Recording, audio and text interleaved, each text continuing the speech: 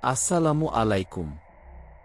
মৃত্যু আমাদের জীবনে কি এক নিঃশব্দ ডাকের নাম হল মৃত্যু। আজ আমি আপনাদের সেই শব্দ ডাকের এক গল্প শোনাব। গল্পের নাম তোমার মৃত্যুর তারিখ কে জানে। একটি শহরে বাস করত এক যুবক, নাম তার সাবিত। তার জীবন ছিল সাজানো, সফল, ঝকঝকে। আলিশান বাড়ি, গাড়ি, সোশ্যাল মিডিয়ায় লাখ লাখ ফলোয়ার। বাইরে থেকে কেউ বুঝতেই পারত না এই সফলতা পেছনে কি লুকিয়ে আছে। কিন্তু সাবিত জানত তার জীবনের সবচেয়ে বড় শূন্যতা একটাই, সে আল্লাহকে ভুলে গেছে। প্রতিদিন সে টাকা রোজগারে, নাম কামাতে, মানুষের বাহবা পেতে নিজেকে বিলিয়ে দিত। নামাজ, রোয়া, কুরআন সব ছিল অতীতের কথা। তার মা তাকে বলতেন, বাবা, আল্লাহকে ভুলে যাস না, মৃত্যু হঠাৎ এসে যায়। সে হেসে বলত, মা, আমি মরব না এমন না, কিন্তু এখন না। একদিন হঠাৎ সকালে এক অচেনা নম্বর থেকে ফোন এলো। শুনে সাবিতের বুক কেঁপে উঠল।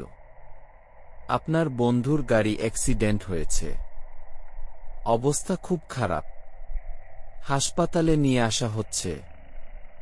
সেই বন্ধু রাফি ছিল তার ছায়াসঙ্গী, যার সঙ্গে ছোটবেলা থেকে একসঙ্গে খেলা, স্কুল, কলেজ, ব্যবসা সব। যার জন্য সেদিনই একটা গিফট কিনে রেখেছিল। হাসপাতালে ছুটে গিয়ে দেখে তার বন্ধু আর নেই। সাদা কাপড়ে মোড়ানো একটা নিথর দেহ তার সামনে। তার হাত কাঁপে, বুকের ভেতরটা কেঁদে উঠে। রাফি মরে গেল। গতকাল তো একসঙ্গে ছিলাম। তখনই তার মনে পড়ল কুরআনের আয়াত, প্রত্যেক প্রাণীকেই মৃত্যুর স্বাদ গ্রহণ করতে হবে।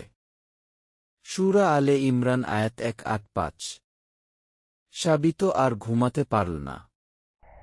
সে একা একা চুপচাপ ঘরে বসে থাকল। একটা প্রশ্ন কেবল বারবার ঘুরপাক খাচ্ছিল, যদি আজ আমি মরতাম। তার মনে পড়ল রাসূল সাল্লাল্লাহু আলাইসাল্লাম এর হাদিস, বুদ্ধিমান সে ব্যক্তি যে নিজেকে আত্মসমালোচনা করে এবং মৃত্যুর পরের জন্য প্রস্তুতি নেয়। তিরমিজি আয়াত 2459। সে মাথা নিচু করে কাঁদতে লাগল। সেই রাতেই সাবিত অজু করল, তাওবার নামাজে দাঁড়াল। 3 বছরের মধ্যে প্রথম সিজদায় পড়ল। তার চোখে পানি। হে আল্লাহ, তুমি আমাকে ক্ষমা করো। আমি জানি না আমি আর একটি রাত পাব কিনা। সে পরদিন কুরআন খুলে পড়তে শুরু করল। তোমরা তোমাদের রবের দিকে ফিরে আসো মৃত্যুর আগেই। সূরা জুমার আয়াত 5-4।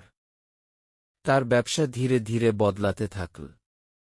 সে রাতে এক ওয়াজ মাহফিলে গিয়ে বক্তার মুখে শুনল, তুমি প্রতিদিন মরার দিকে এগোচ্ছ, আর তুমি বলছ সময় আছে। 2 বছর পর সাবিত একজন দিনদার মানুষ। সে তার জীবনের লক্ষ্য বদলে ফেলেছে। এখন সে মানুষকে আল্লাহর কথা বলে, মানুষকে মৃত্যুর জন্য প্রস্তুত হতে বলে। সে বলে, তোমার মৃত্যুর তারিখ জানো না, কিন্তু প্রস্তুতি নিতে পারো। জান্নাত প্রস্তুত, শুধু আমল দরকার। মৃত্যু এক ধ্বংস নয়, বরং তোমার আসল জীবনের শুরু। প্রিয় ভাই ও বোন, এই গল্প তোমারও হতে পারত। তুমি এখনো বেঁচে আছো, নিঃশ্বাস নিচ্ছ। একটা নামাজ, একটা তাওবা, একটা চোখের পানি, এইটুকুই দরকার ছিল ফিরে আসার। আল্লাহ সেই বান্দাকে ভালোবাসেন যে ফিরে আসে। তুমি কি ফিরবে না? এরকম গল্পে গল্পে আরও ইসলামের আলোকে শিক্ষা নিতে চাইলে এই ভিডিওটি লাইক, ফলো, সাবস্ক্রাইব এবং শেয়ার দিবেন। সাথে অন্যকে জানার সুযোগ করে দিয়ে সওয়াবের ভাগীদার হবেন আশা করি। ইনশাআল্লাহ। আল্লাহ হাফেজ।